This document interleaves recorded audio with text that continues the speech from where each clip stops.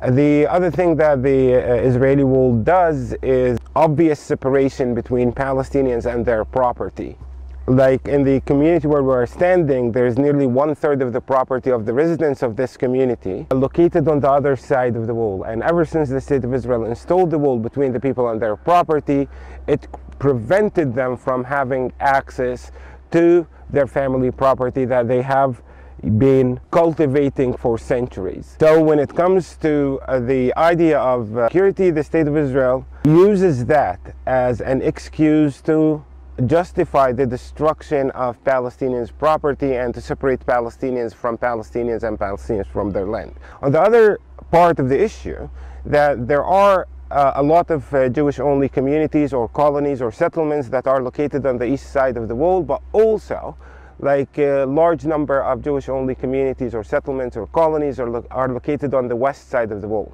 So when you bring in security, you would say like, what makes Jewish Israelis who live on the east side of the wall less of people who deserve to be saved or secure than Jewish Israelis who live on the west side of the wall? So once again, the State of Israel uses the term security to justify the destruction of Palestinian property and justify the separation of Palestinians from Palestinians and Palestinians from their land.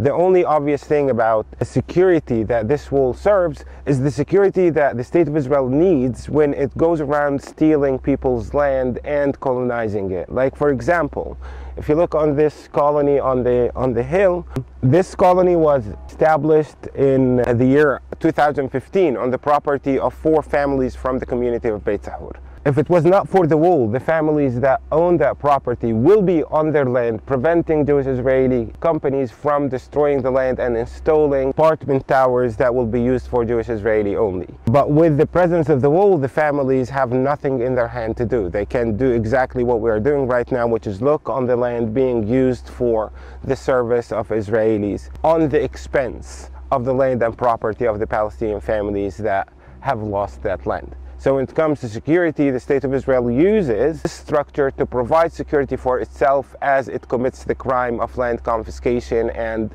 the crime of robbing people from their land and property.